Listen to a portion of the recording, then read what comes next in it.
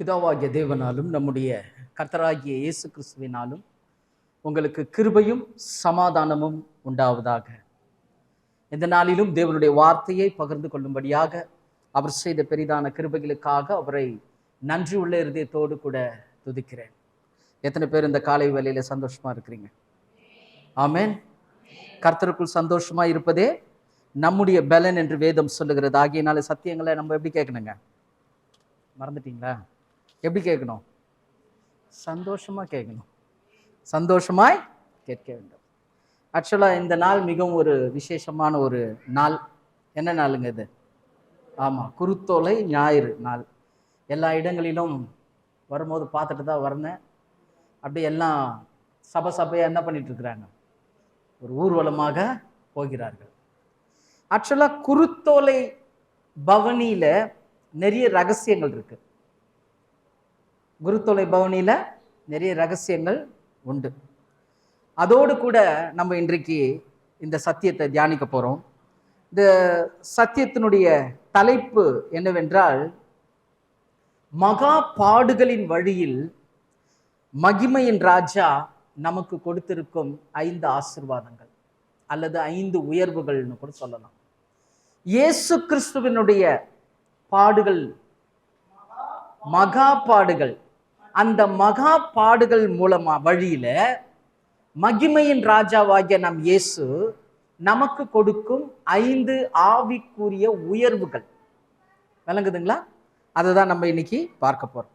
So இந்த காரியத்தை நம்ம பார்க்கணும்னா முதலாவது இந்த குருத்தோலை பவனியை குறித்ததான சில அறிவை நாம் பெற்றுக்கொள்ள வேண்டும். ஆக்சுவலா இந்த குருத்தோலை பவனி என்றது நிறைய கேள்விகள் உண்டு. நிறைய பேர் என்கிட்ட கேட்டிருக்கிறாங்க, ஏன் அப்படிப்பட்ட ஒரு சம்பவம் அங்கே நடந்தது, எதுக்காக இயேசு கிறிஸ்து எது மேல போனாரு? கழுதன் மேல போனாரு. அதுல கூட ஒரு சிலர் என்ன சொல்றாங்கன்னா, கழுதையின் மீதும் கழுதை குட்டியின் மீது. எப்படிங்க ஆண்டவர் 2 கழுதை மேல கால் போட்டு போனாரு? அப்படி போட்டு போனாருன்னு சில கேள்விகள் இருக்கு. இன்னும் ஒரு சிலர் கேட்டது என்னன்னா, எதுக்காக குருத்தோலையை கையில பிடிச்சிட்டு போனோம்? குருத்தோலையை கையில பிடிச்சிட்டு போனோம். 2வது என்ன சொன்னாங்க? அவங்க போகும்போது என்ன சொல்லிட்டு போனாங்க? ஓசன்னா என்று சொன்னார்கள். இதெல்லாம் எதுக்கு? அந்த ஒரு சம்பவமே இயேசு கிறிஸ்துவ ஒரு ராஜாவா பார்த்தாங்க. ஜனங்கள் என்னவா பார்த்தாங்க? ஒரு ராஜாவாக பார்த்தார்கள் அப்படின்றத நம்ம பார்க்கணும். முதலாவது கழுதையை பத்தி பார்க்கலாம். மத்தேயு 21 அதிகாரம் 2, 3, 4 வசனம் வாசிங்க பார்க்கலாம். மத்தேயு 21 அதிகாரம் 2, 3, 4.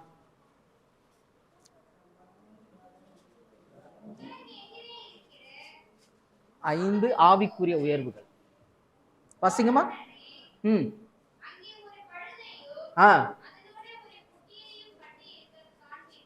கழுதையும் அதனோடு கூட ஒரு குட்டியையும் கட்டி இருக்க காண்பீர்கள். அவைகளை அவிழ்த்து என்னிடத்தில் கொண்டு வாருங்கள். ஒருவன் உங்களுக்கு ஏதாகிலும் சொன்னால் இவைகள் ஆண்டவருக்கு வேண்டும் என்று சொல்லுங்கள். பாத்தீங்களா? இப்போ இயேசு தம்முடைய சீஷர்களை அனுப்புறாரு. நீ போப்பா, ஒரு இடத்துல என்ன இருக்கும்? கழுதையின் குட்டியும் இருக்கும். அதை நீ கழட்டி கொண்டு வா. கழட்டும் போது யாராவது ஏதாவது கேட்டா என்ன சொல்லு? இது ஆண்டவருக்கு வேணும் அப்படின்னு சொல்லும் போது அவங்க என்ன பண்ணிடுவாங்க? விட்டுடுவாங்கன்னு சொன்ன பிரகாரமே இவர்கள் என்ன பண்றாங்க? போறாங்க, கழுதையை கொண்டு வராங்க. அங்க கேட்குறாங்க, இது ஏன் கழட்டுறீங்கன்னும் போது இது ஆண்டவருக்கு தேவையான விட்டுறாங்க. வந்துட்டார். 7வது வசனம் வாசிக்குமா.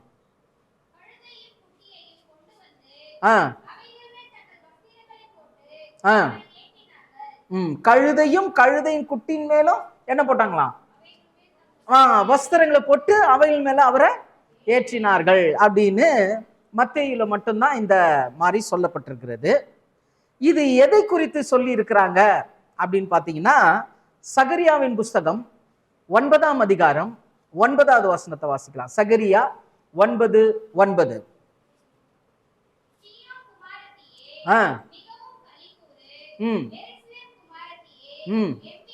கெம்பீரி,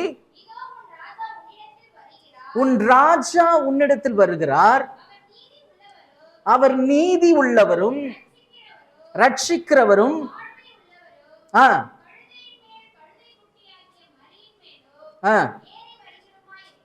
கழுதையின் மேலும் கழுதை குட்டியாகிய மரியின் மேலும் ஏறி வருகிறவராய் இருக்கிறார். இப்போ இங்க என்ன சொல்றாங்க? இதோ உன் என்ன சொன்னாங்க? ராஜா, சீயோன் குமாரத்தியே கம்பீரி, உன் ராஜா வராரு. ராஜா எப்படி வருவாரு? கம்பீரமா வருவாரு. எது மேல வருவாருங்களா? ஆமா, கழுதையின் மேலும் கழுதை குட்டியின் மேலும் வருவாரு அப்படின்னு ஒரு தீர்க்க தரிசனம் அங்க சொல்லப்பட்டது. இங்க இயேசு கிறிஸ்து நிறைவேற்றுவதற்காக என்ன சொல்றாரு?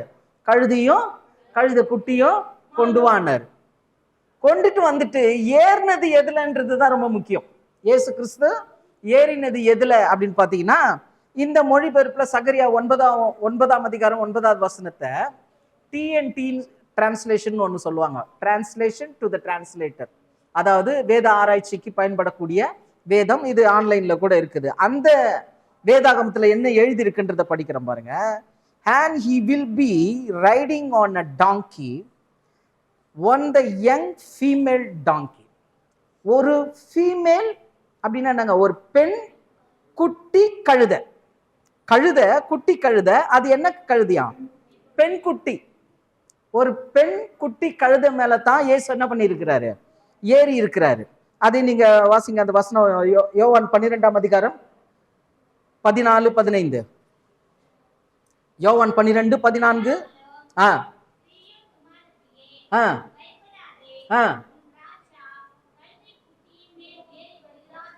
எது மேல ஏறி வருகிறார்? பாத்தீங்களா? கழுதை குட்டியின் மேல் ஏறி வருகிறார் என்று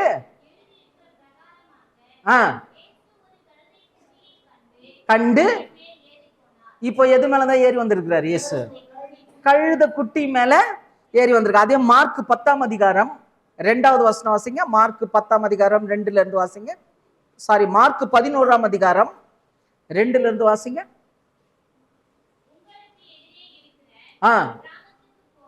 போங்கள்.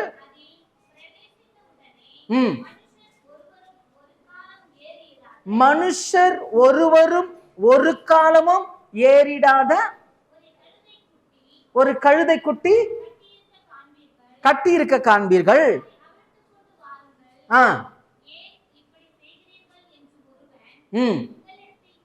உங்களிடத்தில் கேட்டால் ஆண்டவரிடத்தில் வேண்டும் என்று சொல்லுங்கள். சொல்லி அனுப்பினார். இப்போ இதுல இடத்துல கூட என்ன போட்டிருக்குங்க? ஒரு கழுதை குட்டின்னு போட்டிருக்கு. அது ஒரு பெண் குட்டி.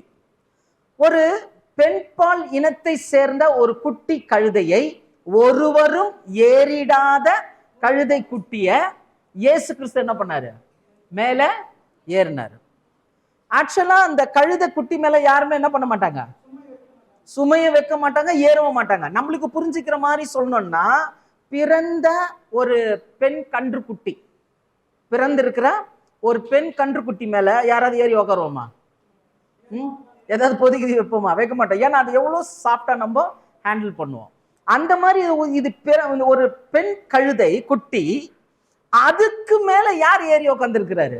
இயேசு ஏறி உக்காந்து இருக்கிறாரு. அதுல பவனியும் போயிருக்கிறாரு. அந்த கழுதை அவரு சுமந்து போயிருக்குது. இதுதான் அடையாளம். புரியுதுங்களா?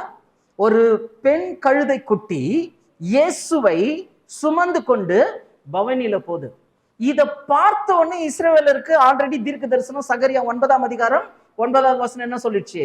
சீயோன் குமாரத்தியே மகிழ்ந்து களிக்கூறு, அவரு கழுதையின் மீதும் கழுதை குட்டியின் மீதும் வருவாரு அப்படின்னு. இதுதான் அடையாளம். நமக்கு ஒரு ராஜா வரப்போறாருன்னு எல்லாருக்குமே தெரியும். இந்த சகரியா 9ஆம் அதிகாரம் 9வது வசனத்துல. இப்போ இயேசு கிறிஸ்து கழுதை குட்டி மேல வந்தோடனே எல்லாருக்கும் ஜனங்களுக்கு எல்லாம் என்ன ஆயிடுச்சுங்க? ஆஹா, நமக்கு என்ன வந்துட்டாரு? ஒரு ராஜா வந்துட்டாருன்னு சொல்லிட்டு எல்லாரும் என்ன பண்ணிட்டாங்கன்னா, ஓசன்னா உன்னதத்துல வருகிற தேவனுடைய குமாரனுக்கு மகிமை உண்டாவதான்னு சொல்லிட்டு அவர் பின்னாடி என்ன பண்ணாங்க? எல்லாரும் போனாங்க. அவர் ராஜானே டிக்ளேர் பண்ணிட்டாங்க. அப்படியே சொல்லிட்டு எல்லாரும் போகும்போது ஒரு குறிப்பிட்ட இடத்துக்கு போறாங்க. அப்ப போகும்போது ஜனங்கள் எல்லாருமே, ஒட்டுமொத்த ஜனங்களும் ஒன்னா சேர்ந்துருச்சு. அதை நீங்க அந்த அதிகாரத்தை படிச்சு பார்த்தீங்கன்னா தெரியும். பிரதான ஆசாரி ஒரு சாட்சி சொல்லுவான், நாம் என்ன செய்வோம், உலகமே அவர் பின்னாடி போயிட்டு, உலகமே அவர் பின்னாடி போயிட்டுனா எல்லாம் ஒட்டுமொத்த ஜனங்களும் போயிட்டாங்க. எல்லாரும் என்ன நினைச்சாங்கன்னா, இயேசு இப்ப கழுதை குட்டி மேல வந்துட்டாரு, வேத வாக்கியம் சொல்ற பிரகாரம் இவர் தான் யாரு, ராஜா, நம்முடைய ராஜா. இந்த ரோம சேவர்கள் கிட்ட இருந்து, இந்த ரோம நாட்டில இருந்து நம்ம என்ன பண்ண போறாரு இவரு, ஆமா, மீட்டெடுத்து அந்த அரியணையில யார் உட்கார போறா, இயேசு உட்கார போறாருன்னு சொல்லிட்டு கூட்டம் ஜனம் எல்லாம் ஒன்னா சேர்ந்தது. அவர்கள் எல்லாரும் என்ன பண்ணாங்க, தங்கள் வஸ்திரங்கள் எல்லாம் கழட்டி கீழே போடுறாங்க. ஏன்னா ஒரு ராஜாக்கு கொடுக்க வேண்டிய கனத்தை இயேசுக்கு கொடுத்தாங்க. இயேசு வாயே திறக்கல, நான் இல்லப்பா, நான் இப்ப ராஜா இல்லப்பான்னு இயேசு கிறிஸ்து என்ன பண்ணல, வாயே திறக்கல. அமைதியா அந்த கழுதை குட்டி மேல என்ன பண்ணிட்டு இருக்கிறாரு, போயிட்டே இருக்கிறாரு. உடனே ஒரு சிலர் என்ன பண்ணிட்டாங்கன்னா குருத்தோலையே எடுத்தாங்க. அது ரொம்ப ரெண்டாவது காரியம், குருத்தோலை எடுத்தாங்க. குருத்தோலை என்பது எதற்கு நிழலா இருக்குதுன்னா, த சைன் ஆஃப் விக்டரி, ஒரு வெற்றி பெற்றவருக்கு ஒரு அடையாளம். அதாவது அந்த நாட்கள்ல இன்றைக்கும் இஸ்ரவேல் தேசத்துல நீங்க போனீங்கன்னா, அந்த இஸ்ரேலுடைய அந்த லோகோஸே பார்த்தீங்கன்னா, அந்த லோகோல என்ன இருக்குன்னா, ஒரு அந்த பாம் ட்ரீன்னு சொல்லுவாங்க, அதை அந்த குருத்தோலை இருக்கும். இந்த குருத்தோலை எதை குறிக்கிறது என்றால், ஒரு ராஜா வெற்றி பெற்ற பிறகு அவனுடைய நெற்றியில அந்த குருத்தோலையினாலே செய்யப்பட்ட ஒரு கிரீடத்தை போட்டு அவனை கொண்டு வருவார்கள். அப்படி அவர் கொண்டு வந்து அவர் என்னன்னா, அவர் வெற்றி பெற்ற ராஜா அப்படின்னு அர்த்தம். கிரேட் அலெக்சாண்டர் கூட என்ன பண்ணாரு, வெண்கலத்தினாலே குருத்தோலை மாதிரி ஒரு என்ன பண்ணாரு, கிரவுன் போட்டு இருந்தார். அதெல்லாம் ஒரு வெற்றிக்கு ஒரு அடையாளமாக இருக்குது. அதே மாதிரி இங்க என்ன பண்ணிட்டாங்க, ஜனங்கள்லாம் குருத்தோலையை பிடிச்சிக்கிட்டு, எங்க ராஜா வராரு, ரோம சாம்ராஜ்யத்தை வீழ்த்த போறாரு அப்படின்னு எல்லாம் ஜனங்கள்லாம் ஒன்னா சேர்ந்து ஆர்ப்பரிச்சாங்க. ஆனா இயேசு கிறிஸ்து இப்போ எருசலேம்ல இருந்து புறப்பட்டு அப்படியே வர, எருசலேம்குள்ள அப்படியே என்ட்ரி ஆகி வராரு. வந்த உடனே ஒரு குறிப்பிட்ட தூரம் வந்தோடனே ஒரு ரோடு பிரியும். ஒன்னு வலது பக்கம் போவோம், இன்னொன்னு இடது பக்கம் போவோம். வலது பக்கம் போறது அதாவது ரைட் ஹேண்ட் சைடு போறது அரண்மனைக்கு போவோம். எந்த அரண்மனைக்கு, பிலாத்துவின் அரண்மனைக்கு போவோம். இடது பக்கம் போற ஒரு வழி எருசலேம் தேவாலயத்துக்கு போவோம். அந்த எருசலேம் தேவாலயத்துக்கு எதுக்கு போகுதுன்னா, அங்க அந்த அந்த வாசலுக்கு பேரு என்னன்னா, கேட்வே ஆஃப் கோட்னு சொல்லுவாங்க. அதாவது ஆட்டின் வாசல், ஆட்டு வாசல் அப்படின்னு அர்த்தம். அப்படின்னா என்ன அர்த்தம், அதனுடைய அர்த்தம் என்னன்னு பாத்தீங்கன்னா, ஆலயத்துல பலி கொடுக்குறாங்க பாருங்க ஆடுகளை, அந்த ஆடுகளை எந்த வழியா கொண்டு போவாங்கன்னா இடது பக்கமா கொண்டு போவாங்க. கொண்டு போய் பிரதான ஆசாரியர் இடத்துல காண்பித்து அதுக்கப்புறம் அதை பலியிடுவாங்க.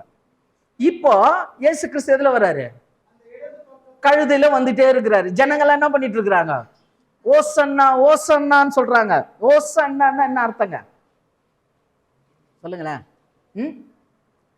ஓசன்னா என்ன அர்த்தம், அதெல்லாம் தெரிஞ்ச நான் எங்க உட்காந்துருக்கிறேன்ற மாதிரியே பாக்குறீங்க பாருங்க.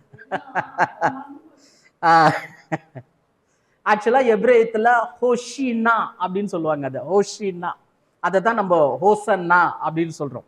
அப்படின்னா என்ன அர்த்தம்னா, எங்களை காப்பாற்றும் அப்படின்னு அர்த்தம். என்னதுங்க, எங்களை காப்பாற்றும் அல்லது எங்களை காப்பாற்றுகிறவர் அப்படின்னு அர்த்தம். எங்களை காப்பாற்றுகிறவர், ஹோஷி காப்பாற்றும், அண்ணா அப்படின்னா இருக்கிறவர், எங்களை காப்பாற்றுகிறவர் அப்படின்னு அர்த்தம்.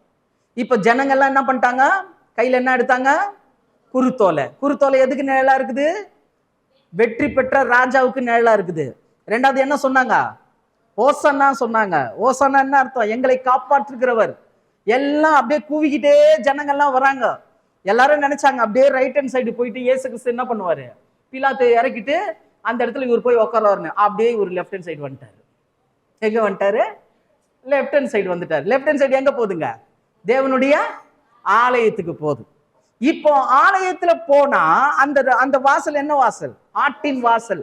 அந்த ஆடு என்ன பண்ணணும், பலி செலுத்தப்படணும். இயேசு கரெக்டா தான் வந்தாரு. ராஜா மாதிரி ஜனங்க ஆர்ப்பரிச்சு கொண்டு வந்தாங்க. ஆனா அவர் எங்க தான் போனாரு, பலியிடுவதற்காக, தன்னையே ஜீவ பலியாக, பழுதற்ற பலியாக ஒப்பு கொடுக்க வேண்டும் என்று அந்த வழியா போனாரு. அந்த இடத்துல எல்லாம் ஸ்ட்ரக் ஆயிட்டான். அந்த ரைட் லெஃப்ட் பிரியிற இடத்துல ஜனங்கள்லாம் அப்படியே நின்றுட்டாங்க. வஸ்திரத்தை போட்டவன், குருத்தோலையை எடுத்தவன், ஓசன்னான்னு சொன்னவன் எல்லாம் அப்படியே ரைட்டு அப்படியே பின்னாடி வாங்கிட்டான். என்னப்பா இவர் ராஜாவா இருந்து ஜனங்களுக்கு மீட்பு கொடுப்பாருன்னு பார்த்தா இவர் எங்க போறாரு, தேவனுடைய ஆலயத்துக்கு போறாரு அப்படின்னு ஒரு பெரிய இடரல் அங்க வந்து, அந்த இடரலாகப்பட்டது எந்த அளவுக்கு இயேசு கிறிஸ்துவ மேல கோபம் வந்துச்சுன்னா, இயேசு பிலாத்துக்கு முன்னாடி நிக்கும் போது, குற்றவாளியா நிக்கும் போது, சிலுவையில் அறையும் சிலுவையில் அறையும் சிலுவையில் அறையும் ஜனங்க கூப்பாடு போட்டாங்க பாத்தீங்களா? இதுக்கெல்லாம், இந்த கோபத்துக்கெல்லாம் என்ன காரணம்னா இதுதான் காரணம். எல்லாம் குருத்தோலை பவனில அந்த குருத்தோலையை பிடிச்சிக்கிட்டு எல்லாம் அப்படியே ராஜா, எங்களை காப்பாற்றுகிற ராஜா நினைச்சிட்டு வந்தா, கடைசியில் இவர் என்ன பண்ணிட்டாரு? அந்த ராஜாவுக்குரிய அந்த இடத்துக்கு போல, மாறாக இவர் என்ன பண்ணிட்டாரு? ஆலயத்துக்கு போயிட்டு அங்க சில காரியங்களை செய்கிறத பார்க்கிறோம். ஏன்னா நமக்கு தெரியும், இப்ப மீட்புக்குள்ள இருக்கிற நமக்கு தெரியும், இயேசு நமக்கு, நம்முடைய பாவங்களுக்காக, உலகத்தின் பாவங்களுக்காக அடிக்கப்படுகிற தேவ ஆட்டுக்குட்டி. அதனால அவர் எங்க தான் போய் ஆகணும்? தன்னை பலி செலுத்த தான் போய் ஆகணும். அவர் ராஜாவா உட்கார வேண்டிய அவசியம் அந்த இடத்துல இல்ல. ஆனா ஜனங்கள் என்ன பண்ணிட்டாங்கன்னா, இவர் ராஜாவா இருப்பாரு அப்படின்னு சொல்லி நினைச்சு அப்படி வந்துட்டாங்க. ஆனா அந்த குருத்தோலையை பிடிச்சுக்கிட்டு அவருக்கு முன்பதாக அந்த நின்ற ஜனங்கள் அன்றைக்கு ராஜாவாக பார்த்தாங்க. ஆனா இயேசு என்னவா ஆகலாங்க? ராஜாவா இல்ல. ஆனா தன்னை ஜீவ பலியா ஒப்பு கொடுத்தாரு. எப்படி ஒப்பு கொடுத்தாராம்? வெளிப்படுத்தல் 7ஆம் அதிகாரம் 9வது வசனம். எதற்காக ஒப்பு கொடுத்தார்? வெளிப்படுத்தல் 7:9. இவைகளுக்கு பின்பு நான் பார்த்தபோது சகல ஜாதிகளிலும், சகல கோத்திரங்களிலும், ஜனங்களிலும், பாஷைக்காரர்களிடமிருந்து வந்ததும், ஒருவனும் எண்ணக்கூடாதுமான திரளான கூட்டமான ஜனங்கள், நல்ல கவனிக்க, வெள்ளை அங்கிகளை தரித்து குருத்தோலைகளை பிடித்து சிங்காசனத்திற்கு முன்பதாகவும் ஆட்டுக்குட்டியானவருக்கு முன்பாகவும் நிற்க கண்டேன். குருத்தோலை பவனி இந்த பூமியில நடந்தது பாருங்க. இயேசு கிறிஸ்து வாழும்போது அந்த பவனி ஒரு நிழல். அது என்னதுங்க? நிழல். நிஜம் எங்க தெரியுமா? பரலோக ராஜ்யத்துல நீங்களும் நானும் அவருடைய சமூகத்துல போய் தரிசிக்கிறது. அந்த காரியத்திற்காக நம்ம எல்லாம் பரலோகத்துக்கு கொண்டு போய் சேர்க்கணுன்றதுக்காக இந்த பூமியில அந்த குருத்தோலை பவனியை இயேசு கிறிஸ்து ஒரு அடையாளமாக தேவன் நியமித்தார். ஆனாதான் இயேசு ராஜா. அவர் யார்தான்? ராஜா தான். எப்படிப்பட்ட ராஜா? சங்கீதம் 24ஆம் அதிகாரம் 7, 8, 9. சங்கீதம் 24, 7, 8, 9. நல்ல கவனிங்க, இந்த வார்த்தையை ஞாபகம் வச்சுங்க. எதை உயர்த்துங்களா? உங்கள் தலைகளை உயர்த்துங்கள். ரெண்டாவது என்னதுங்க? அநாதி கதவுகளே உயருங்கள், மகிமையின் ராஜா உட்பிரவேசிப்பார். யார் இந்த மகிமையின் ராஜா? அவர் வல்லமையும் பராக்கிரமும் உள்ள கர்த்தர். அடுத்த வசனம். வாசல்களை, மறுபடியும் தலைகளை உயர்த்துங்கள், அநாதி கதவுகளே உயருங்கள், மகிமையின் ராஜா உட்பிரவேசிப்பார்.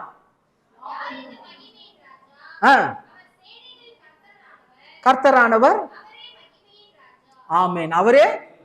இந்த இடத்துல மகிமையின் ராஜா யார்? இந்த மகிமையின் ராஜான்னு கேள்வி கேட்டு பராக்கிரமுள்ள கர்த்தர், பராக்கிரமுள்ள கர்த்தர்னு சொல்லிட்டு யார இங்க மகிமையின் ராஜான்னு சொல்லி இருக்குது?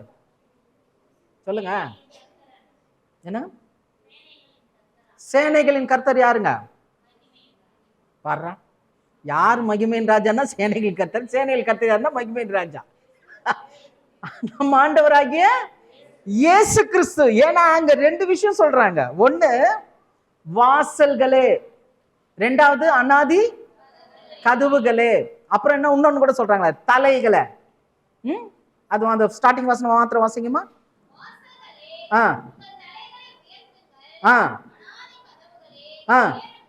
வாசல்கள் எதை உயர்த்தணுமா? தலைகளை உயர்த்தணும். வாசல்கள் தலைகளை உயர்த்தணுமா? அப்போ இந்த ரெண்டு வார்த்தையை மாத்திரம் பார்க்கலாம். ஏன்னா அது இன்னொன்று உள்ள போனீங்கன்னா ரொம்ப டீப்பா போயிடும். நம்ம சப்ஜெக்ட் அது கிடையாது. வாசல் அப்படின்னு எடுத்துக்கிட்டா நானே வாசல்னு சொன்னவர் யாரு? விளங்குதா? தலை அப்படின்னு சொன்னா கிறிஸ்து சபைக்கு தலையா இருக்கிறார். அப்போ வாசல்னு சொன்னவர் இயேசு, சபைக்கு தலை என்று சொன்னவர் இயேசு. அவர் தான் மகிமையின் ராஜா. விளங்குதுங்களா? இந்த மகிமையின் ராஜா இப்பொழுது உங்களையும் என்னையும் அந்த பரலோக ராஜ்யத்துல கொண்டு போய் சேர்ப்பதற்காக அங்கே மனிதர்களினாலே அவர் வெட்கப்படுத்தப்பட்டார். கொஞ்சம் யோசனை பண்ணி பாருங்க. ராஜா ராஜா ராஜா ராஜான்னு கூட்டிட்டு போயிட்டு கடைசியில் அவர் பாட்டு இறங்கி போயிட்டா என்ன ஆகும்? ஜனங்க மத்தியில் எப்படி இருக்கும்?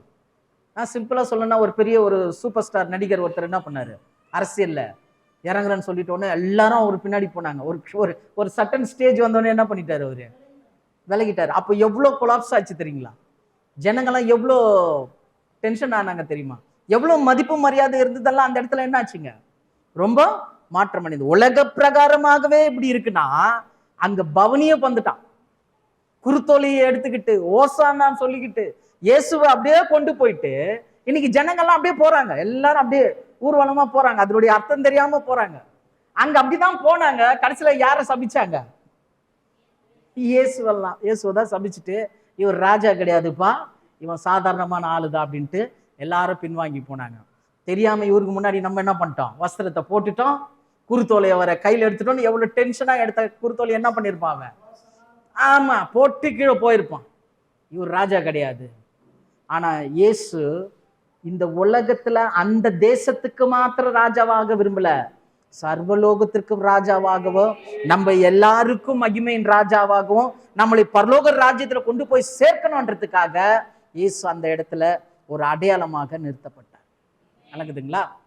சரி, இப்போ இந்த மகா பாடுகளுக்குட்பட்ட இந்த மகிமையின் ராஜா நமக்கு கொடுத்திருக்கிற ஒரு 5 ஆவிக்குரிய உயர்வுகளை நம்ம இன்னைக்கு பார்க்க போறோம். 5 ஆவிக்குரிய உயர்வுகளை அவர் நமக்கு கொடுத்திருக்கிறார். அது என்னன்றதை நம்ம சுருக்கமா பார்க்கலாம். முதலாவது காரியம், இந்த இயேசு கிறிஸ்து பட்ட பாடுகள், அவர் பட்ட அவமானங்கள், இந்த மகிமையின் ராஜா பட்ட பாடுகள் அவமானங்கள் மூலமாக நமக்கு கொடுத்த மகா ஒரு ஆவிக்குரிய உயர்வுல முதல் காரியம் என்னன்னா, பாவத்தில் இருந்து மீட்டு நம்மை ரட்சித்திருக்கிறார்.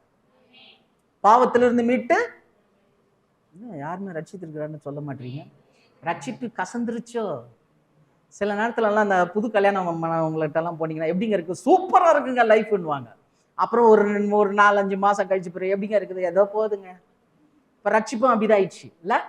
ஆரம்பத்துல ஸ்தோத்திரம் ஸ்தோத்திரம் ஸ்தோத்திரம் ஆண்டவரே, இப்ப என்ன, ஆமா வந்திருக்கிறோம் சர்ச்சைக்கு, முச்ச உடனே கிளம்பிடுவோம், ரட்சிக்கப்பட்டோமா நாங்க அப்படின்ற மாதிரியே இருக்குது. பாவத்திலிருந்து மீட்டு ரட்சிப்பை கொடுத்தது இந்த மகிமையின் ராஜா. அநேக பாடுகளின் வழியே நமக்கு கொடுத்தார். எதற்கு? பாவ மன்னிப்பு ரொம்ப முக்கியம். அது வாசிங்க ஒரு வசனம், எபேசியர் 1ஆம் அதிகாரம் 7வது வசனம். எபேசியர் 1:7.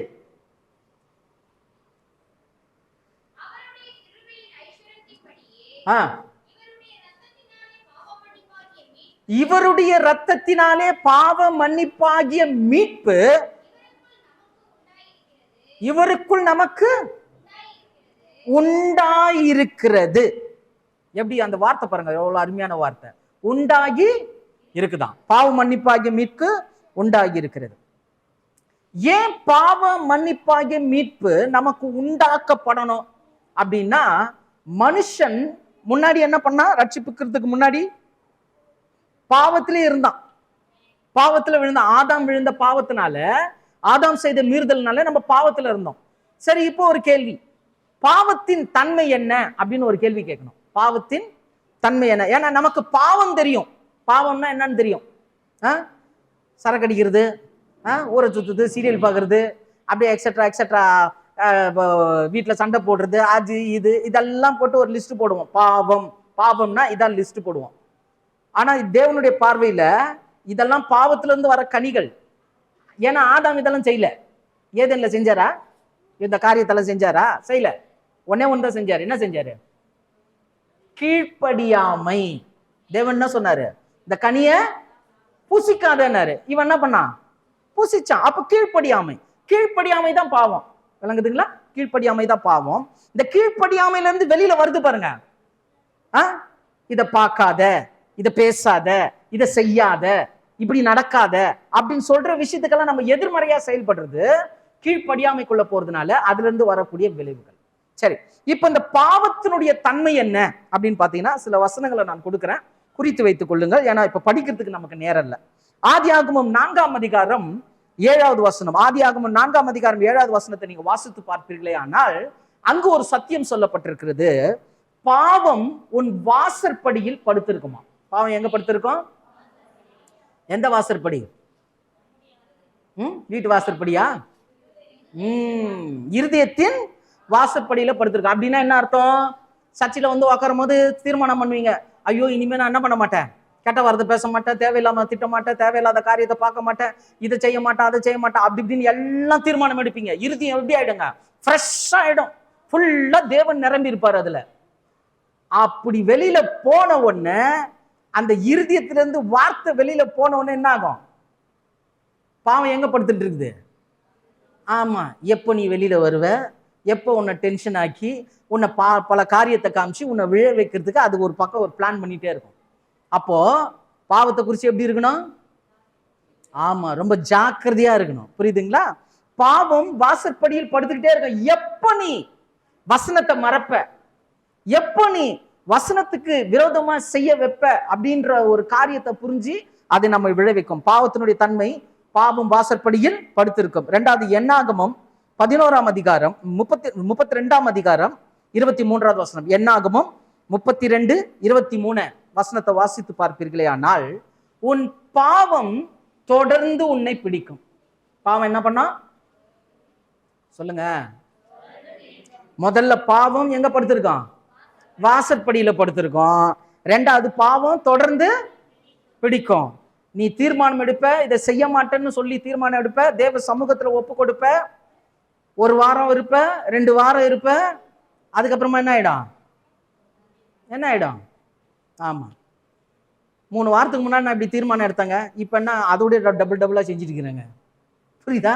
வாழ்க்கை எல்லாமே தலைக்கீழ மாறிடும். ஏன்னா பாவம் என்ன பண்ணோம்? தொடர்ந்து பிடிக்கும். 3வது நமக்கு எல்லாருக்கும் தெரிஞ்ச ஒரு வசனம், ரோமர் 6ஆம் அதிகாரம் 23வது வசனம். என்ன வசனங்க? சொல்லுங்க. பாவத்தின் சம்பளம் மரணம், தேவனுடைய கிருபாவரமோ நம்முடைய கர்த்தராகிய இயேசு கிறிஸ்துவினால் உண்டாகும் நித்திய ஜீவன். அப்போ பாவம் இருதயத்தின் வாசல்ல படுத்திருக்கும். பாவம் உன்னை தொடர்ந்து பிடிக்கும். பாவம் சம்பளம் கொடுக்கும். என்ன சம்பளம் கொடுக்கும்? மரணம் என்பது சாபத்தை குறிக்கிறது. ஒரு மனுஷன் டமான்னு செத்துருவானா? ஒண்ணு கொன்னாதான் சாவான், இல்லைன்னா அவன் வயசாகி தான் சாகணும். அப்போ ஒரு மனுஷன் சாபம் எப்படி வருதுன்னா அவனுடைய சமாதானத்தை கெடுக்கும். மனுஷனுடைய சமாதானத்தை முதல்ல கெடுக்கும். மனுஷனுடைய சமாதானம் போவோம், சந்தோஷம் போவோம், தேவையில்லாத கோபம் வரும், மன அழுத்தம் வரும், வியாதி வரும், கடைசியில் முடிஞ்சின கதை. இப்போ மரணம் ஸ்டெப் பை ஸ்டெப் போறோம். அப்ப நம்ம இதை வச்சு கணக்கு பண்ணிக்கலாம், நம்ம குடும்பத்துல நம்ம எப்படி இருக்கிறோம் அப்படின்றத நம்ம கணக்கு பண்ணிக்கலாம். அப்போ இந்த பாவம் கர்ப்பந்தரித்து என்னத்தை பிறப்பிக்கும்? மரணத்தை பிறப்பிக்கும். இப்போ இதெல்லாம் ஓகே. பாவம் வாசற்படியில் படுத்திருக்கும், பாவம் தொடர்ந்து பிடிக்கும், பாவம் மரணத்தை கொடுக்கும். இது எல்லாத்துக்கும் மூல காரணமா ஒரு காரியத்தை செய்து இந்த பாவம். ஏசாயா 59ஆம் அதிகாரம் 2வது வசனம் வாசிங்க. ஏசாயா 59:2.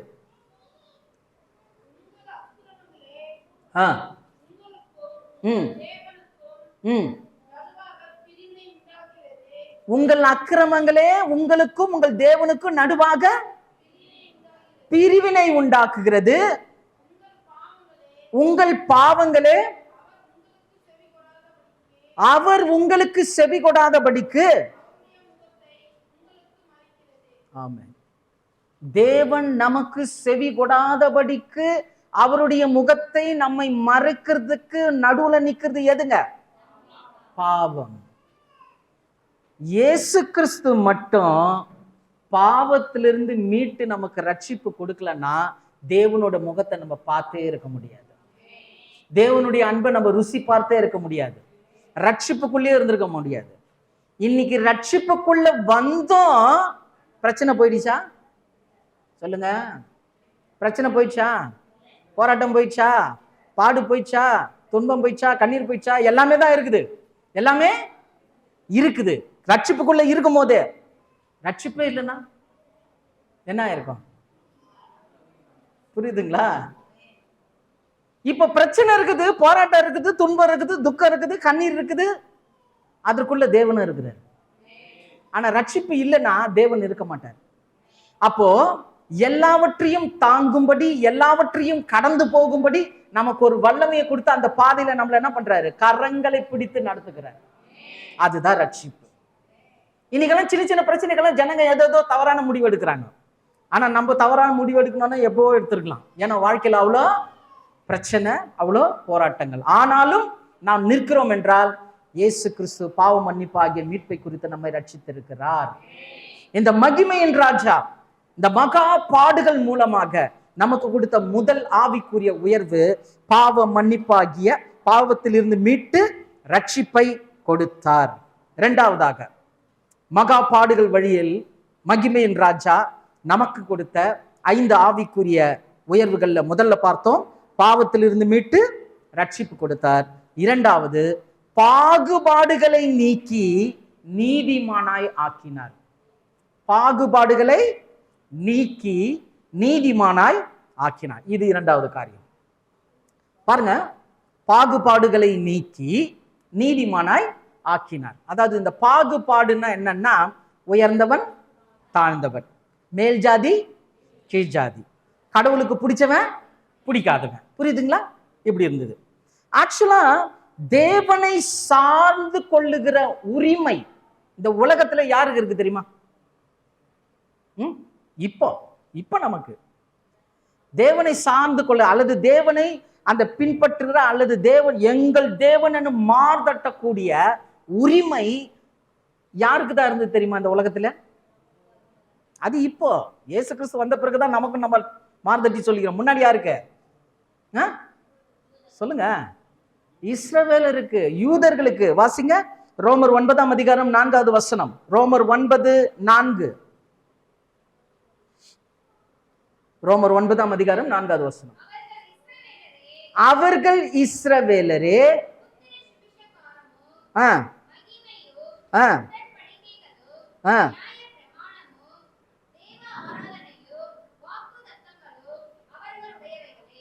கவனிச்சிங்களா?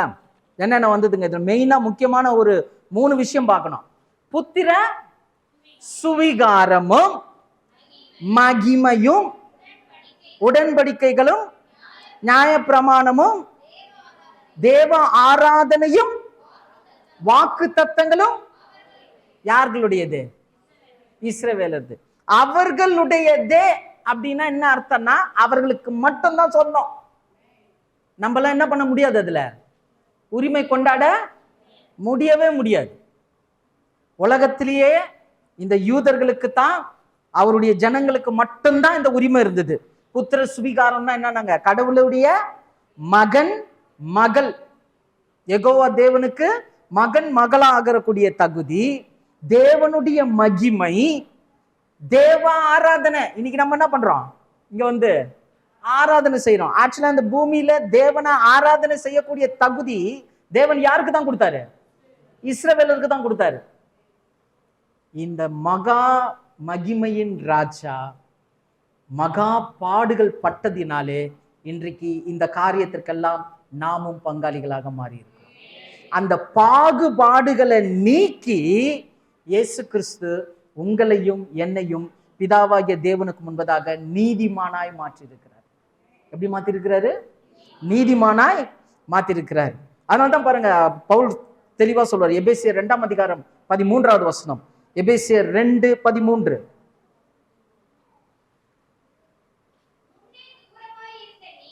எப்போ, எப்படி, எவ்வளவு தூரமா? முன்னே தூரமாயிருந்த நீங்கள் இப்பொழுது கிறிஸ்து இயேசுவுக்குள் ஆமென். தூரமா இருந்த நம்ம இப்ப என்ன ஆயிட்டோம்? சமீபமாயிட்டோம். இதெல்லாம் நம்ம யோசிக்கிறதே கிடையாது. ஏதோ ஞாயிற்றுக்கிழமான சர்ச்சைக்கு வரோம், முடிஞ்சா வரோம், முடியலன்னா வரல, ஏதாவது ஒரு இது பண்ணிட்டு போறோம். ஆனா உண்மையிலே நாம் இங்க வருவதற்குரிய தகுதியை இயேசு கிறிஸ்து தான் உருவாக்கி கொடுத்தார். இன்னைக்கு இந்த தெய்வத்தை தேடுவதற்குரிய தகுதியை இயேசு தான் உருவாக்கி கொடுத்தார். அதை நம்ம தெளிவா புரிஞ்சுக்கணும். அதனாலதான் பாருங்க, முன்னே தூரமாயிருந்த நம்மை இப்ப என்ன பண்ணிட்டாரா? கிறிஸ்து இயேசுவுக்குள்ள சமீபமா மாத்திட்டாராம். எப்படி சமீபமா மாத்தினார்? எபேசியர் 2ஆம் அதிகாரம் 17வது வசனம் வாசிங்க. அதுல 17வது வசனம்.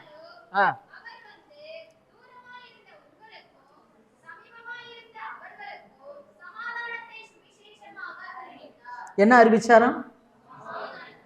சமாதானத்தை சுவிசேஷமா அறிவிச்சாங்களா? நம்மளுக்கெல்லாம் அறிவிக்கப்பட்டதா? இயேசு கிறிஸ்து ஒருத்தர் இருக்கிறாரு, அவர் பாவத்துல இருந்து மீட்டு ரட்சிக்கிறவர், அவர் நம்முடைய வாழ்க்கையை மாற்றுகிறவர் அப்படின்ற அந்த சமாதானத்துக்குரிய சுவிசேஷம்னா அறிவிக்கப்பட்டதுனால தான் இன்னைக்கு நீங்களும் நானும் என்னவா இருக்கிறோம்?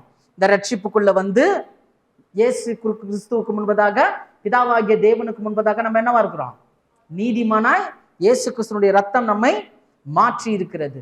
அதனாலதான் சமாதானத்தின் சுவிசேஷம். சமாதானத்தின் சுவிசேஷம்ன்றது என்னன்னா, இது வந்து அப்படியே ஒரு பீஸ்ஃபுல் மைண்டை குறிக்கல. இந்த சமாதானம் நிம்மதியா இருக்கிற அந்த சமாதானத்தை பத்தி சொல்லல. 2 பேருக்கு சண்டை ஆனவங்களை 2 பேரும் என்ன பண்றோம்? ஒண்ணு சேர்த்து வைக்கிறோம், சமாதானம் பண்ற பாருங்க, அந்த சமாதானம். சுவிசேஷம் என்றது அந்த சமாதானம். என்ன சமாதானம்? தேவனுக்கும் நமக்கும் என்ன ஒட்டாது, நம்ம பிற்படுத்தப்பட்டோம். ஏன்னா இயேசு புறஜாதியாரை பார்த்து என்ன சொன்னாங்க? அந்த லேடியை பார்த்து சொன்னாரு, ஒரு அந்நிய ஸ்திரீ வரும், கானானிய ஸ்திரியை பார்த்து, பிள்ளைகளின் அப்பத்தை நாய்களுக்கு போடக்கூடாது. இயேசு சொன்னார், காணாமற் போன என் வீட்டாராகிய இஸ்ரவேலருக்கு நான் அனுப்பப்பட்டேன்னு சொன்னாரு. ஆனா இன்னைக்கு இயேசு கிறிஸ்து மரித்ததினால அதே இயேசு இன்றைக்கு உங்களையும் என்னையும் பார்த்து என்னுடைய சகோதரன், என்னுடைய சகோதரின்னு சொல்றார். ஆமென். இந்த ஒரு உறவின் ஐக்கியம் வந்தது இந்த மகாராஜாவினுடைய மகா பாடுகள் மூலமாக நாம் பெற்றிருக்கக்கூடிய ஆவிக்குரிய உயர்வு. ரோமர் 5ஆம் அதிகாரம் 9வது வசனம் வாசிங்க. ரோமர் 5:9.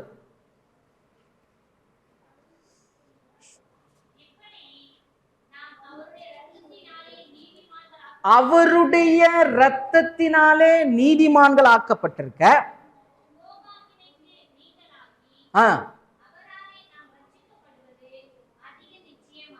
ஆமென், ஆமென். புரியுதுங்களா? இப்ப புரியுதா? பாகுபாடுகளை நீக்கி நீதிமானாய் ஆக்கினார். ஏன்னா யூதருக்கு மட்டும்தான் ரட்சிப்பு இருந்தது. ஆனா யூதர் வழியாக நமக்கும் ரட்சிப்பை இயேசு கிறிஸ்து உண்டு பண்ணினார். இயேசு கிறிஸ்து பாடுபட்டார், இயேசு கிறிஸ்து அடிக்கப்பட்டார், இயேசு கிறிஸ்து நொறுக்கப்பட்டார். எதுக்காக? இந்த காரியத்துக்காக தான். நம்மை பாவத்திலிருந்து மீட்டு ரட்சிக்கவும், பாகுபாடுகளை நீக்கி நம்மை நீதிமானாய் மாற்றவும் தான். 3வதாக, சாத்தானை மேற்கொள்ளும் வல்லமையை நமக்கு தந்திருக்கிறார். எத்தனை பேர் ஆமென் சொல்றீங்க? சாத்தானுடைய வல்லமையை மேற்கொள்ளக்கூடிய ஒரு திராணியை இயேசு கிறிஸ்து அவருடைய பாடுகள் மூலமாக நமக்கு கொடுத்திருக்கிறார். ஆக்சுவலா சபையை குறித்து பேசும்போது, வேதத்துல சபையை குறித்து பேசும்போது பவுல் நல்ல ஒரு எச்சரிப்பை கொடுப்பார். சாத்தானுடைய தந்திரங்கள் நமக்கு தெரியாதவைகள் அல்லவே.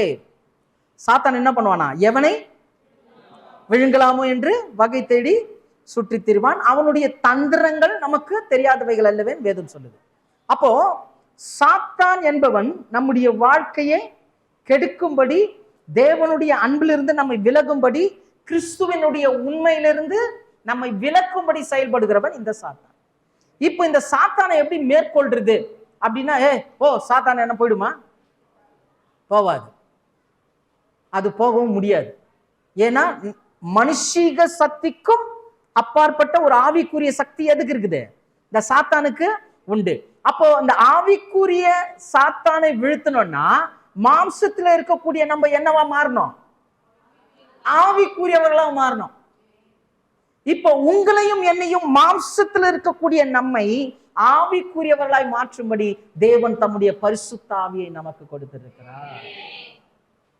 ஏன் தேவன் நமக்கு அந்த ஆவியை தந்திருக்கிறாருன்னா சாத்தானின் அதிகாரத்தை மேற்கொள்வதற்காக.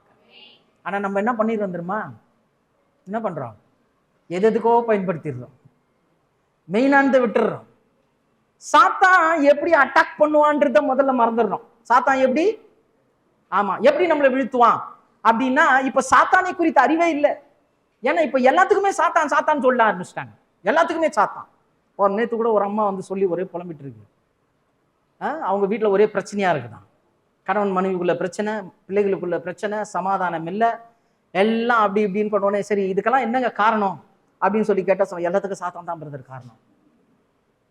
அப்பதான் பார்த்தேன், உங்க குடும்பத்துல சாத்தா இருக்கிறதே முதல்ல நீ சொல்லவே இல்லையே. கணவன் மனைவி பிள்ளைகளை சொன்னேன், சாத்தானை பத்தி சொல்லவே இல்லையே. இல்ல பிரதர், ஒருத்தர் சொன்னாரு இதுதான் காரணம். ஏன் அப்படின்னா எல்லாத்துக்கும் சாத்தான் காரணம், சாத்தான் காரணம், சாத்தான் காரணம். அப்புறமா தான் தெரியுது இந்த அம்மா நிறைய விஷயத்துல இறங்கி போல. இது ஒரு முரட்டாட்டமா நிக்கிறதுனால குடும்பத்துல என்ன இருக்குது பிரச்சனை. பிள்ளைங்களை கேட்டா, அவங்க கணவரை கேட்டா சொல்றா, ஐயா நீங்கெல்லாம் சாத்தானே ஆவியில பாக்குறீங்களோ இல்லையோ, நாங்க டெய்லியும் ஆமா டைரக்ட் லைவ்ல பார்த்துட்டு இருக்கிறோம். கம்ப்ளைண்ட் பண்ணது யாரு? என்கிட்ட முதல்ல வந்தது யாரு? அந்த மாதிரி தான். ஐயா குடும்பம் சரியில்லைன்னு கடைசியில் பார்த்தா யார் சரியில்லை? ஆமா, எல்லாத்துக்கும் சாத்தான், எல்லாத்துக்கும் சாத்தான். வீட்டுல தண்ணி வரலன்னா கூட சாத்தான் தான் காரணம். எல்லாத்துக்கும் சாத்தான் சாத்தான். நல்லா புரிஞ்சுங்க, சாத்தான் அட்டாக் பண்ற விதமே தனி. வாசிங்க எசேக்கியேல் 28ஆம் அதிகாரம் 12வது வசனம். எசேக்கியேல் 28:12.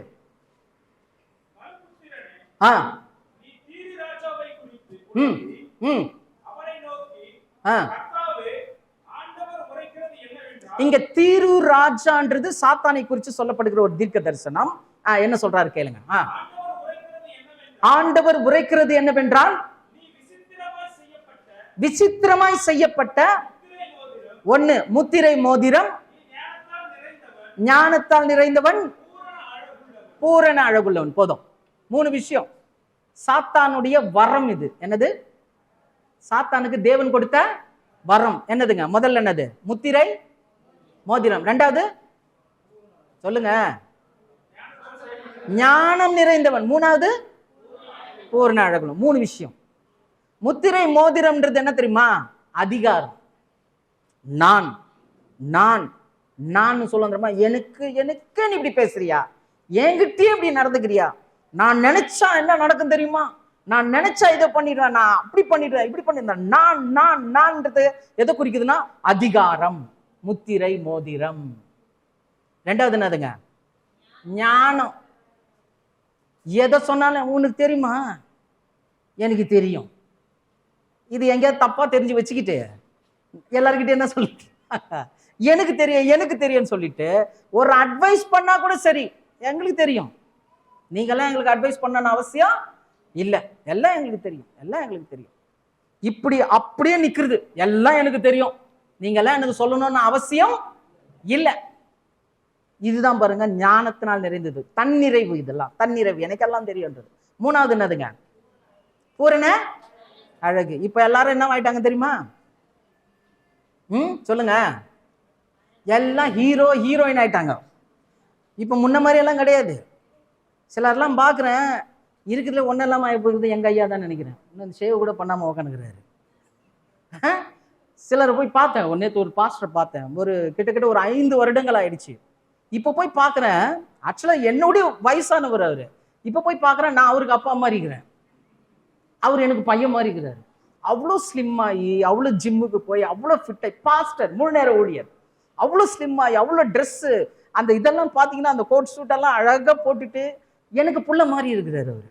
என்ன பார்த்து கேட்குறேன், என்ன எப்படி ஆயிட்ட,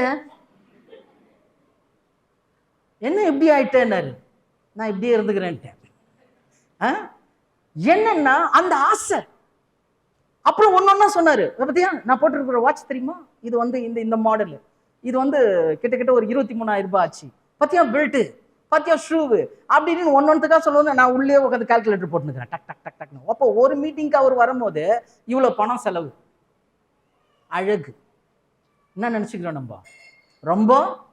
ஆமா, நம்ம அழகு. கண்ணாடியில போனா நம்ம ஹீரோ தான், நமக்கு நாம ஹீரோ தான், ஹீரோயின் தான். அதுக்கு கிடையாது, இது கிடையாது. ஆனா அது வெளியிலே என்ன பண்ண ஆரம்பிச்சிட்டோம், காட்ட ஆரம்பித்தோம். அதுக்குன்னு சில செலவுகள், அதுக்காக சில காரியங்கள். எல்லாம் அதுக்காக தான். சிலர்லாம் நம்மளை பத்தி யாராவது தரக்குறைவா பேசலாம், நம்மளுக்கு என்ன ஆகாது, என்ன எப்படி பேசலாம் அப்படின்னு என்ன ஆயிடுது, சில விஷயங்கள் வந்துடுது. இதெல்லாம் சாத்தானுடைய தந்திரங்கள். நல்லா புரிஞ்சுங்க. இப்படிப்பட்ட தந்திரங்கள்ல நம்ம விழாம இருக்கணும்னா, தெய்வத்தினுடைய அன்பிலிருந்து விழாம இருக்கணும்னா, கிறிஸ்துவனுடைய குணாதிசயத்துல நம்ம விட்டு போகாம இருக்கணும்னா, ஒரு வசனம் சொல்லுது, பிசாசுக்கு எதிர்த்து நில்லுங்கள், அப்பொழுது அவன் உங்களை விட்டு ஓடி போவானா. ஒரே விஷயம் தான், இயேசுவின் நாமத்தினாலே அப்பால போ சாத்தானே. ஆமா, இந்த ஒரு வார்த்தை போதும். எப்படி முடிஞ்சது? மகா பாடுகளின் வழியாக இந்த மகிமையின் ராஜா நமக்கு பெற்றுக் கொடுத்திருக்கிற ஒரு அற்புதமான ஒரு வல்லமை, பிசாசுகளை துரத்துகிற வல்லமை. நம்முடைய ஆவியில, நம்முடைய சிந்தையில, நம்முடைய இருதயத்துல தேவனுக்கு விரோதமாய் சிந்திக்காதபடி, தேவனுக்கு விரோதமாய் செயல்படாதபடிக்கு, அப்படிப்பட்ட ஒரு சிந்தனை வரும்போதே சிந்தனையில கை வச்சு சொல்லணும், என்னுடைய பரிசுத்தத்துக்கு விரோதமாய் செயல்படுகிற ஆவியை இயேசு கிறிஸ்து நாமத்தினாலே சபித்து கட்டுகிறேன். நிறைய பேர் நிறைய விஷயங்கள் வந்து வெளியில வர முடியல. ஒருத்தர் சொல்றாரு, ஐயா மொபைல் போனை கையில எடுத்தாலே காலையில வைக்கிறேன், காலையில எடுத்து சுத்திட்டே இருக்கேன், டக்குன்னு பார்த்தா மணி 3 ஆயிடுச்சுங்க. அந்த அளவுக்கு என்ன ஆயிட்டாரு, அடிக்ஷன். எப்படி அதுல இருந்து வெளிப்படுறது? அடுத்த முறை மொபைல் எடுக்கும்போது ஜெபம் பண்ணிட்டு பண்ணு, ஆண்டவரே இந்த பிசாசு கிட்ட இருந்து எனக்கு என்ன பண்ணுங்க, விடுதலை கொடுங்கன்னு சொல்லிட்டு செய்யுங்க. அப்ப கொஞ்சம் டைமிங் கம்மியாகும். அப்புறம் கொஞ்சம் கொஞ்சமா குறைஞ்சு அதுக்கப்புறம் மொபைல் உங்களுக்கு எப்படி ஆயிடும், தூரமா போயிடும். முதல்ல அதுல இருந்து வெளியில வரணும்ன்ற எண்ணம் வரணும். புரியுதுங்களா? ஐயா சொல்லிட்டாரு, ஒருத்தர் வந்தாரு சென்னையில இருந்து, ஜெபம் பண்ணிட்டு பண்ண சொன்னாரு, அதனால எல்லாத்தையும் ஜெபம் பண்ணிட்டே பண்ணுகிறேன். அதுக்கு இல்ல, பாவத்துல இருந்து என்ன பண்ணோம், வெளியில வரணும்ன்ற விருப்பம் முதல்ல நமக்கு வேணும். ஏன்னா நாம் ஆராதிக்கிற தேவன் பரிசுத்தம் உள்ள தேவன். அவர் சொல்றாரு, நான் பரிசுத்தர் ஆகியால் நீங்களும் பரிசுத்தமாய் இருங்க. அப்போ மகா பாடுகள் வழியாக இந்த மகிமையின் ராஜா நமக்கு கொடுத்த 5 ஆவிக்குரிய உயர்வுகள்ல முதல்ல பார்த்தோம், பாவத்திலிருந்து மீட்டு ரட்சிப்பை கொடுத்திருக்கிறார். 2வது பாகுபாடுகளை நீக்கி நீதிமானாய் ஆக்கியிருக்கிறார். 3வது சாத்தானை மேற்கொள்ளும் வல்லமையை கொடுத்திருக்கிறார். 4வதாக மரண பயத்தை நீக்கி இருக்கிறார். எத்தனை பேர் ஆமீன் சொன்னாங்க பாத்தீங்களா? மரண பயத்தை. ஏன் தெரியுமா ஆமீன் வரல? அந்த கண்டிஷனுக்கு போல நம்ம. புரியுதுங்களா? அந்த கண்டிஷன் போயிருந்தீங்கன்னு வச்சுங்களேன், இந்த ஆமீனே வித்தியாசமா இருந்திருக்கும். மரண பயம். இந்த மரண பயம்ன்றது வந்து அந்த ஒரு சூழ்நிலையில கடந்து போனாதான் தெரியும். அது நம்மை சார்ந்தவங்களா இருக்கட்டும், நம்ம கூறியவங்கள சார்ந்தவங்களா இருக்கட்டும். ஒன்றும் இல்லை, சமீபத்தில் பல ஆண்டுகளுக்கு முன்பதாக என்னுடைய மகளுக்கு கொஞ்சம் ஒரு பிரச்சனை ஆயிடுச்சு. ஒரு விதமான ஃபிக்ஸ் அஃபென்ஸ்ன்னு சொல்லுவாங்க. அந்த மாதிரி ஒரு மூளையில் ஒரு சின்ன பாதிப்பு மாதிரி வந்து வெளிச்சத்தை பார்க்க முடியாது, டக்குன்னு அப்படியே சடனாக நின்றுடுவா சின்னதுல. அப்போ அந்த விஷயத்தெல்லாம் கேள்விப்படும் போது திடீர்னு ஒருத்தர் வந்து என்கிட்ட பேசும்போது ஒரு விஷயத்த சொல்லிட்டாரு, ஐயா இது ஒரு டைம் ஆன பிறகு என்ன ஆயிடும், நிறைய வெளிச்சத்தை பார்த்து நிறைய காரியங்களை பார்த்தா அது என்ன ஆயிடும், அந்த நரம்பு மண்டலம் கிளாட் ஆகி அன்கான்சியஸ், அதாவது மூளைச்சாவுன்னு சொல்லுவாங்க பாருங்க, அந்த நிலைமைக்கெல்லாம் போறதுக்கு வாய்ப்பு இருக்குதுன்னு சொன்ன உடனே அப்ப பிடிச்சிட்டு பாருங்க எனக்கு மரண பயம். ஐயோ என்னுடைய மகளை நான் இழந்துருவேனோ, ஒரே பயம். ஆனா வசனம் சொல்லுது, வாசிங்களேன், எபிரேயர் 2ஆம் அதிகாரம் 14-15. எபிரேயர் 2ஆம் அதிகாரம் 14-15.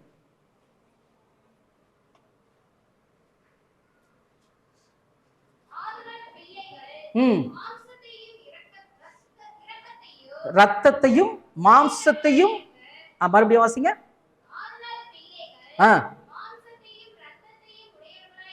உடையவர்களாய் இருக்க அவர்களைப் போல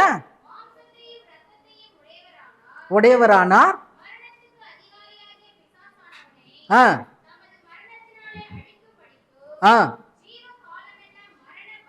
ஜீவகாலமெல்லாம் மரண பயத்தினாலே அடிமைத்தனத்துக்குள்ளானவர்கள். எத்தனை பேர் ஆமென் சொல்றீங்க? ஒரு வியாதி வந்து, ஒரு மோசமான படுக்கை சூழ்நிலை, இந்த மாதிரி நம்ம கூட இருக்கிறவங்க அல்லது நமக்கு அப்படிப்பட்ட ஒரு சூழ்நிலை வரும்போது பாருங்க ஒரு மரணம் பயம். செத்த பிறகு ஐயோ என் வாழ்க்கை முடிஞ்சிருமா, என் பிள்ளை என்னை விட்டு போயிடுமா, என் மகன் என்னை விட்டு போயிடுவா, என் கணவர் போயிடுவாரா, என் மனைவி போயிடுவாரா அப்படின்னு ஒரு ஏக்கம் வருது பாருங்க. அந்த பயத்தை இயேசு கிறிஸ்து நம்மிலிருந்து நீக்கி இருக்கிறாராம்.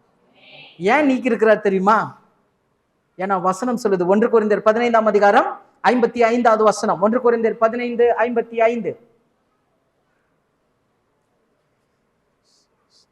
1 கொரிந்தியர் 15:55. மரணமே உன் கூர் எங்கே? ஆமென், ஆமென், ஆமென். மரணமே உன் கூர் எங்கே? பாதாளமே உன் ஜெயம் எங்கே? ஏன் தெரியுங்களா? மரணத்து உன்னுடைய கூர் எங்கன்னா, ஊசி மாதிரி ஒண்ணு குத்துச்சுன்னா என்ன ஆகும்? உள்ள இறங்கிடும். தேவன் சொல்றாரு, அந்த கூறு எங்க? ஏன்னா என்ன பண்ணிட்டாரு? அந்த கூரை இயேசு உடைச்சிட்டாரு. மனுஷனுக்கு மரணம் ஒரு முடிவு, ஆனா கிறிஸ்தவனுக்கு மரணம் ஒரு ஸ்டார்டிங். அங்கிருந்து தான் ஒரு ஆரம்பமே என்ன பண்ணியிருக்கிறாரு? வைத்திருக்கிறார். அதனால்தான் இயேசுக்கு அப்போஸ்தலனாகிய பவுல் சொல்றார் ரொம்ப அருமையா. ஏன்னா இந்த ஒரு விஷயத்துல நமக்கு ஒரு தெளிவே இல்லை. செத்த பிறகு எங்க போவோம்னு, செத்த பிறகு என்ன நடக்கும் அப்படின்ற ஒரு தெளிவு இல்லை. பவுல் சொல்றார் பாருங்க, 2 கொரிந்தியர் 5ஆம் அதிகாரம் 8வது வசனம். 2 கொரிந்தியர் 5:8.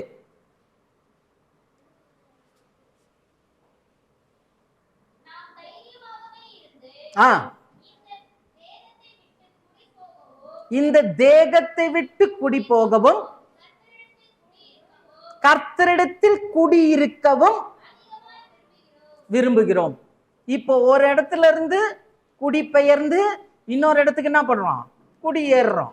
இந்த தேகத்தை விட்டு குடிபெயர்ந்து நெக்ஸ்ட் இது எங்க போகுது? வாசிங்க, அந்த இடத்துல என்ன சொல்லி இருக்குது? எங்க குடியிருக்கோம்?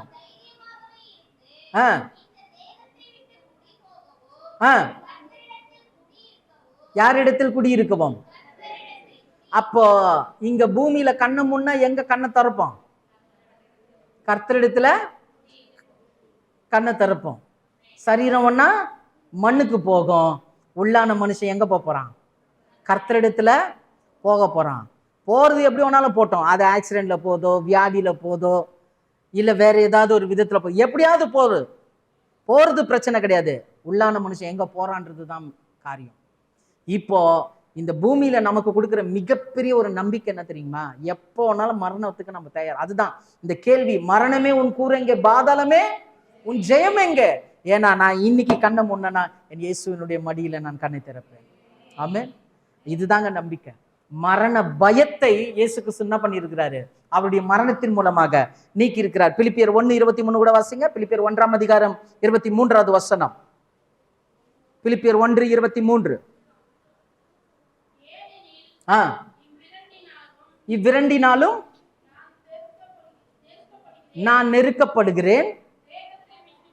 நல்ல கவனிங்க, தேகத்தை விட்டு பிரிந்து கிறிஸ்துவுடனே கூட இருக்க எனக்கு ஆசை உண்டு. அதிக நன்மையா இருக்கும். தேகத்தை விட்டு பிரிந்து கிறிஸ்துவுடனே கூட இருக்க எனக்கு ஆசை. இதுதாங்க இன்னைக்கெல்லாம் அந்த மரண தருவாய், அப்படிப்பட்ட ஒரு சூழ்நிலை. யாராவது ஒருத்தர் இறந்துட்டாலும் நம்ம என்ன சொல்றோம்? சின்ன வயசுல இறந்துட்டா என்ன சொல்லுவோம்? ஏதோ செஞ்சுட்டு இருக்கிறான் போலுக்கு. அந்த கர்த்தர் என்ன பண்ணிட்டாரு? அடிச்சிட்டாரு. நல்லா புரிஞ்சுங்க. காண கிடைக்காத அல்லது தேடியும் கிடைக்காத வரம் தான் மரணம். ஆனாதான் வேதம் சொல்லுது, வேற எந்த மதமும் சொல்லல, எந்த வேத புத்தகமும் சொல்ல, பரிசுத்த வேதம் மட்டும்தான் சொல்லிச்சு, பரிசுத்தவான்களுடைய மரணம் அவருடைய பார்வையில அருமையானது. நம்முடைய மரணம் அவருடைய பார்வைக்கு அருமையா. ஏன் தெரியுமா? இன்னைக்கு சரீரத்துல இருந்து இயேசுவுக்கு உண்மையா இருக்கணும்னு கஷ்டப்படுறோம். அந்த சரீரத்தை விட்டு நம்ம குடி போகும் பொழுது ஒரு புது சிருஷ்டியாக கிறிஸ்துவுடனே கூட இருப்போம். அல்லேலூயா, அல்லேலூயா. இதுதாங்க ஜீவ காலம் எல்லாம் இருக்கிறவர்களுடைய மரண பயத்திலிருந்து நம்ம நீக்கும்படிக்கு இயேசு என்ன பண்ணாரு? தம்முடைய மகா பாடுகள் வழியாக இந்த மகாராஜா நமக்கு இப்படிப்பட்ட காரியத்தை செய்திருக்கிறார். அதனால மரணத்துக்கு பிறகு நமக்கு ஒரு வாழ்க்கை இருக்குதுன்றத முதல்ல நம்ம புரிஞ்சுக்கணும். மற்றவங்களை போல அஞ்ஞானிகளை போல இருக்கக்கூடாது. செத்த பிறகு நான் என்ன ஆவேன்? அதுக்கு தான் நான் சொல்றேன், டெய்லியும் உங்களை நீங்களே என்ன பண்ணீங்க? தேவ சமூகத்துல ஒப்பு கொடுங்க. ரொம்ப முக்கியம். உங்களை நீங்களே புதுப்பிச்சுக்கிறது ரொம்ப முக்கியமா இருக்கிறது. சரி, இந்த மகா பாடுகள் வழியாக மகாராஜா நமக்கு தந்த 5 ஆவிக்குரிய உயர்வுகள்ல முதல்ல என்ன பார்த்தோம்? பாவத்திலிருந்து ரட்சிப்பு. 2வது பாகுபாடுகளை நீக்கி நீதிமானாய் மாற்றினார். 3வது, சாத்தானை மேற்கொள்ளும் வல்லமையை கொடுத்தார். 4வது, மரண பயத்திலிருந்து நீக்கினார். கடைசியாக பரிசுத்த ஜீவியம் செய்ய சுத்திகரிப்பை உண்டு பண்ணினார். இன்னைக்கு இந்த பரிசுத்தத்துக்காக உலகத்தார் எங்கெல்லாம் போறாங்க தெரியுமா? இந்த சுத்தத்திற்காக எங்கெங்கயோ போறான். சமீபத்துல கூட என்னுடைய நண்பர், ஒரு இந்து நண்பர், அந்த ஏதோ ஒரு ஊர் இருக்கு பாருங்க, அந்த ஒரு கங்கை இது அண்ட போயிட்டு என்ன பண்ணாரு, காசியா அது, அங்க போய் ஸ்நானம் பண்ணிட்டு வந்தார். சரி, இந்த காசி எப்படி இருக்குதுன்னு சொல்லிட்டு சும்மா யூடியூப்ல பார்த்தா நம்ம பூவாரே தேவலாம் போல இருக்குது. அவ்வளோ அசுத்தத்தை அங்க போட்டு வச்சுக்கிறாங்க. ஆனா அவங்களுடைய நம்பிக்கை என்ன? அந்த தண்ணீரை எடுத்து ஒரு முக்குனா என்ன ஆயிட்டாங்களாம்? பரிசுத்தம் ஆயிட்டாங்களாம். சரி, பரிசுத்தம் ஆயிட்டு வீட்டுக்கு வந்தியா, பரிசுத்தமா இருக்கிறியா அப்படின்னா இல்ல. கொஞ்ச நாள் கழிச்சு மறுபடியும் என்ன ஆகுது? மறுபடியும் அங்க போய் முக்கி ஏஞ்சிக்கிற மாதிரி தான் கதையா சொல்றாங்க. ஆனா நமக்கு, நம்ம ஏதேனும் தேவனுக்கு விரோதமா செய்யும் போது உடனே என்ன பண்றோம்? இயேசுவே இப்படி ரத்தத்தினாலே என்ன பண்ணுங்க, சுத்திகரின்னு சொன்ன உடனே என்ன பண்றாரு ஆண்டவர்? சுத்திகரிப்பு கொடுக்குறாரா இல்லையா? ஏதாவது காசு வாங்கினாரா?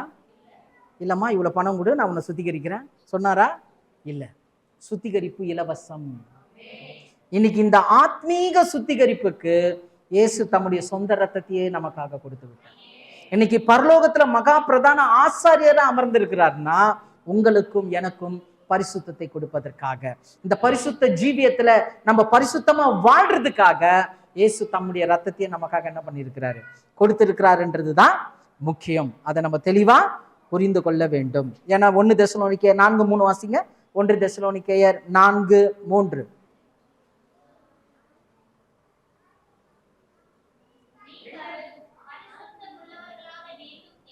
நீங்கள் பரிசுத்தமுள்ளவர்களாக வேண்டும் என்பதே தேவனுடைய சித்தமாய் இருக்கிறது. அப்போ நம்ம பரிசுத்தமா மாற வேண்டியது யாருடைய சித்தம்? தேவனுடைய சித்தத்தை இந்த பூமியில நம்ம என்ன பண்ணணும் சொல்லுங்க? நிறைவேற்றணும். அப்ப நிறைவேற்றணும்னா நம்ம என்ன ஆகணும்? சுத்தப்படுத்திக்கணும். சுத்தப்படுத்துவதற்கு என்ன தேவை? இயேசு கிறிஸ்துனுடைய ரத்தம் தேவை. இப்போ நல்ல தண்ணி வருது, நல்ல தண்ணியில இருக்கிறோம். ஏதாவது ஒரு அழுக்குப்பட்டா என்ன பண்றோம்? உடனே போயிட்டு ஒரு குளியல் போடுறோம். இப்போ தண்ணி டிமாண்ட் ஆயிடுச்சுன்னு வச்சுங்க, என்ன பண்ணுவீங்க? தண்ணியே கிடைக்கல. இங்கெல்லாம் அப்படி இருக்குமா என்னன்னு தெரில. சென்னையில் சில பகுதியெல்லாம் ரொம்ப கஷ்டமாக தான் இருக்குது. நல்லா சூட்கேஸ் தூக்கிட்டு போன ஆளுங்கெல்லாம் குடத்தை தூக்கிட்டு அலையிறாங்க. அந்த மாதிரி ஆயிப்போச்சு. ஏன்னா தண்ணி தட்டுப்பாடு. இன்னும் வெயில் காலமே வரல, அதுக்குள்ளே இப்படி ஆயிடுச்சு. ஆனா ஆத்மீகத்துல நம்முடைய ஆவிக்குரிய ரீதியில வரக்கூடிய கரையை நம்ம நீக்கணும்னா நமக்கு சுத்திகரிப்புக்கு இயேசுவின் ரத்தம் போதுமானதாய் இருக்கிறது. அதனால இயேசு கிறிஸ்துவின் ரத்தம் சகல பாவங்களை நீக்கி சுத்திகரிக்க. மனுஷன் நம்ம பாவத்தை மன்னிக்க மாட்டான். நல்லா புரிஞ்சுங்க. நம்ம செய்யற விஷயத்தை தான் அவன் பார்ப்பான். என்னதான் நீங்க மன்னிப்பு கேட்டாலும் சரி, அவனுடைய பார்வையில நம்ம என்னவா தான் இருப்போம்? பாவியா தான் இருப்பான். ஆனா இயேசு கிறிஸ்துவ கிட்ட உங்களை நீங்க சுத்திகரித்து கொண்டால் அடுத்த கணமே தேவன் நம்மளை எப்படி தெரியுமா பார்ப்பாரு? என்னுடைய பரிசுத்தவாட்டி, என்னுடைய மனவாட்டி, அப்படிதான் இயேசு பார்ப்பாரு. ஏன்னா நம்ம சுத்தமா இருக்கணும்ன்றதுக்காக அவர் அசுத்தமாக மாறினார். நம்ம பாவம் இல்லாமல் இருக்கணும்ன்றதுக்காக அவர் பாவமானார், சிலுவையில பாவமானார். அதனால இந்த நாட்கள்ல இப்படிப்பட்ட தியானங்கள், இப்படிப்பட்ட சத்தியங்களை இன்னுமாய் நம்ம தேடி தேடி ஆவிக்குரிய வாழ்க்கையில என்ன பண்ணிக்கணுங்க? பூஸ்டப் பண்ணிக்கணும்.